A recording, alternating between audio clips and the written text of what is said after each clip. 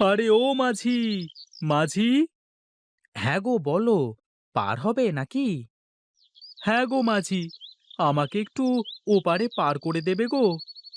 হ্যাঁ হ্যাঁ, আসুন তবে, বসুন আমার নায়ে।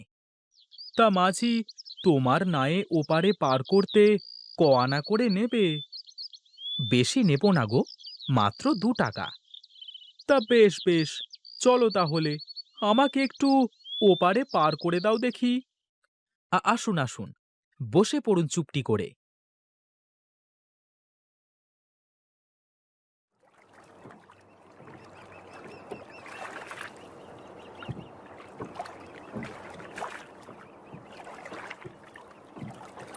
এই তো চলে এসেছি। ঠিক আছে, নেমে যাই আগে। এই নাও মাঝি, তোমার 2 টাকা। হ্যাঁ, দিন দিন। তাহলে চলি মাঝি, ও বেলায় আবার পার করে দিও কিন্তু। চিন্তা করবেন না দাদা, আমি এ ঘাটেই থাকি সব সময়।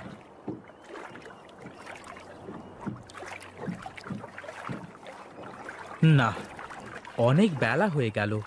যাই, বাড়িতে গিয়ে খাবারটা খেয়ে একটু গিন্নির মুখটা দেখে আসি।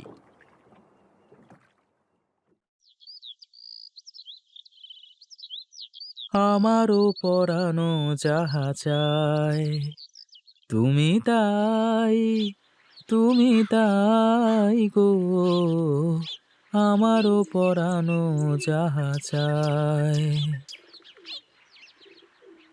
কি হারান মাঝি, মনে যে খুব সুখ ধরেছে।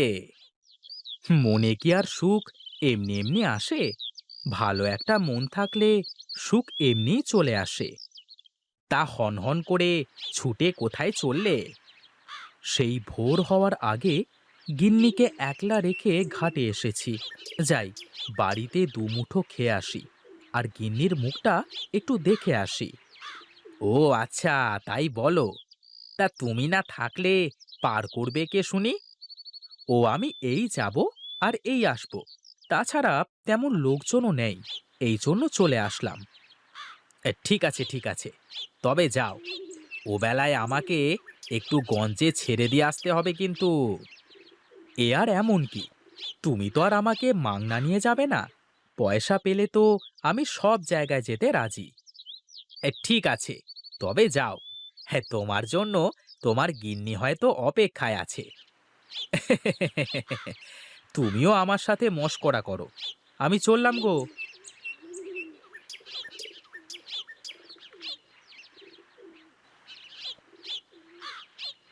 গিন্নি, তাড়াতাড়ি এক মুঠো খাবার দাও তো দেখি। হ্যাঁ হ্যাঁ, তুমি চোখে মুখে একটু পানি দিয়ে বসো, আমি তোমার খাবার দিচ্ছি।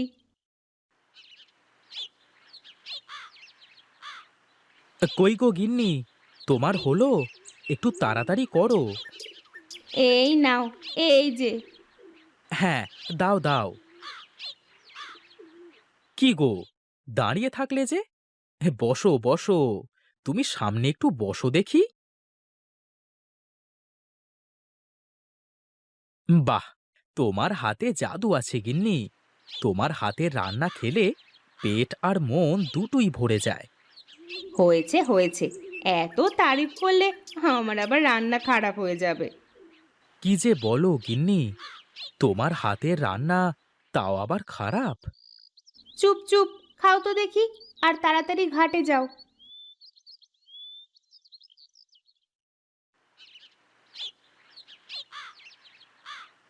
আমি চললাম গিন্নি। ঠিক আছে, সাবধানে যেও, আর বেশি রাত করে ফিরো না যেন। ঠিক আছে গিন্নি, তোমার কথাই শিরোধার্য।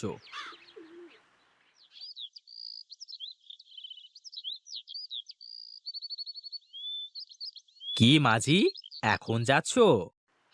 হ্যাঁ গো, দুপুরের খাবার খেয়ে একটু জিরিয়ে আসতে দেরি হয়ে গেল। চলো চলো, আমারও একটু সকাল সকালই গঞ্জে যেতে হবে, কাজ সেরে আবার ফিরে আসতে হবে।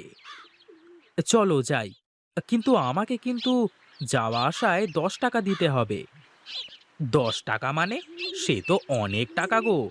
না না, 10 টাকা হলে বেশি হয়ে যায়। ঠিক আছে, তুমি 8 টাকা দিও। এর কম হলে আর পারবো না। চলো চলো মাঝি, আগে যাই তো, তারপর দেখা যাবে।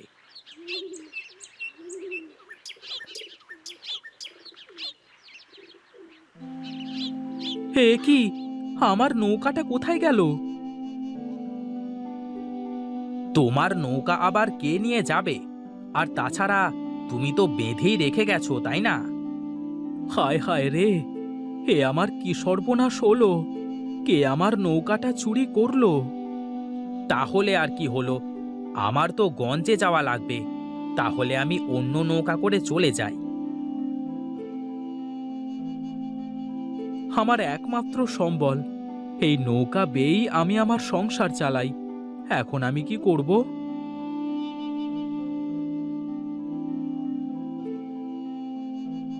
আরে ও মাঝি, আমাকে একটু পার করে দেবে? কিভাবে পার করব বাবা? আমার নৌকাটা কে যেন চুরি করে নিয়ে গেছে।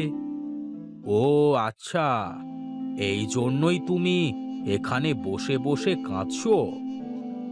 আমার একমাত্র সম্বল, আমার উপার্জনের একমাত্র উপায়।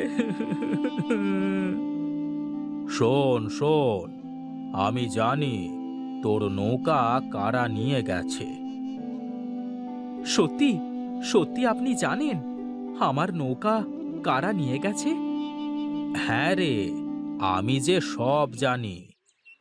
তাহলে বলুন না, কোথায় গেলে আমি আমার নৌকাটা ফিরে পাবো? শোন, তোর ওই নৌকা একদল দস্যু নিয়ে গেছে। ঠিক 10 দিন বাদে ওরা আবার ফিরে এসে নৌকাটা দিয়ে যাবে। তাহলে তাহলে এখন আমার কি হবে বাবা? আমি যে আমার একমাত্র সম্বলও হারিয়ে ফেললাম। কি দিয়ে আমি আমার সংসার চালাবো?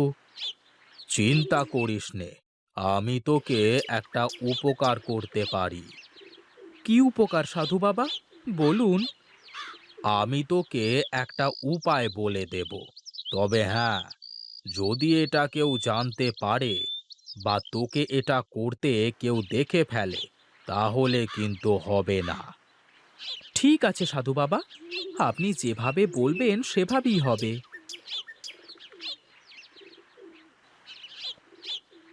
এই নে, এই মরিচের পাতাগুলো রাখ।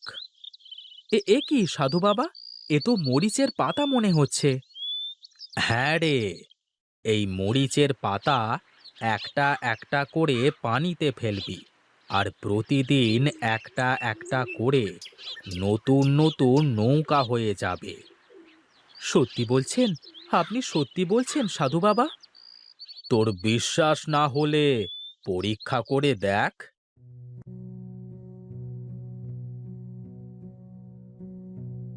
হে কি, এ কি হলো সাধু বাবা? পাতা থেকে তো নৌকা হলো না।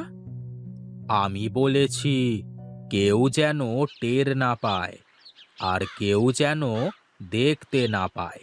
তুই তো আমার সামনেই পানিতে ফেললি পাতাটা। আমার ভুল হয়ে গেছে বাবা। বাহ, বাহ, সত্যি তো! আমার তো এ বিশ্বাসই হচ্ছে না। এবার আমাকে তো পার করে দে মাঝি।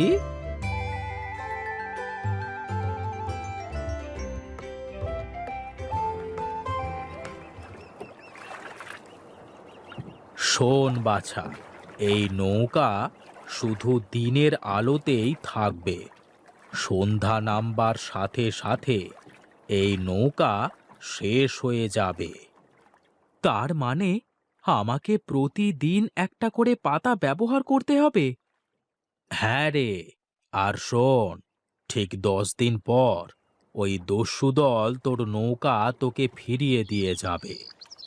ঠিক আছে বাবা, আপনি যেহেতু বলেছেন, তাহলে নিশ্চয়ই আমি আমার নৌকা ফিরে পাবো। ঠিক আছে, আমি এখন চললাম তাহলে।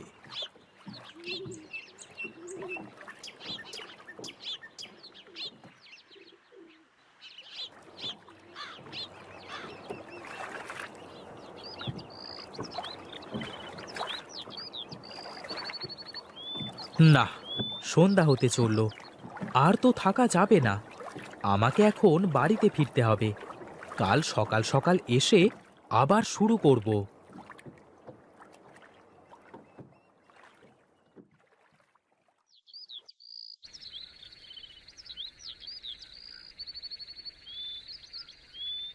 চুপচাপ শুয়ে আছো, কোনো কথা বলছো না। ভাবলাম হয়তো কোনো চিন্তায় আছো কিনা। না গিন্নি, কিছুই না, এমনি ঘুম আসছে না, ভাবছিলাম একটা বিষয়। তা আমাকে কি বলা যায়, তুমি কি এত ভাবছো? না গো গিন্নি, এখানেই তো বিপদ। এমন একটা কথা যা আমি তোমার সাথেও বলতে পারছি না। তা ঘরের বউয়ের কাছে বলা যায় না, এমন কোনো কথা থাকে নাকি? এটা অন্যরকম একটা বিষয়, বললে আমাদেরই ক্ষতি হবে। আমি তোমাকে বলবো, কিন্তু আজ থেকে ঠিক 9 দিন বাদে। ঠিক আছে, তাহলে এখন একটু ঘুমাও।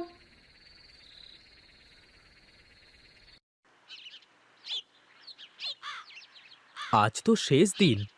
যদি দস্যু দল সত্যি আমার নৌকা নিয়ে না আসে, তাহলে তো আমার মরা ছাড়া আর কোনো উপায় থাকবে না। না না, তা হতে পারে না।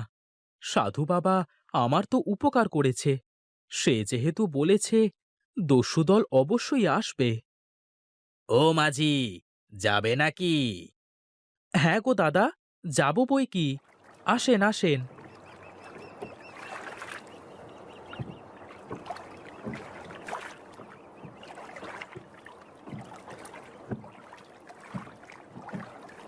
এই নাও দাদা, তোমার 2 টাকা।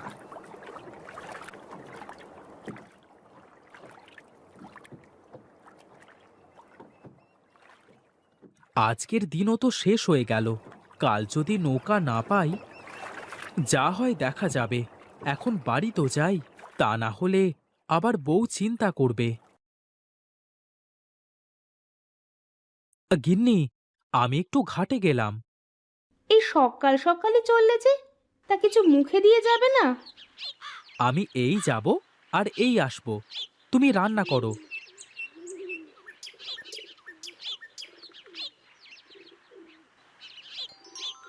এ কি, আমার তো বিশ্বাসই হচ্ছে না। সাধুর কথাই তো সত্যি হলো। যাক, আমার আর কোনো চিন্তা নেই।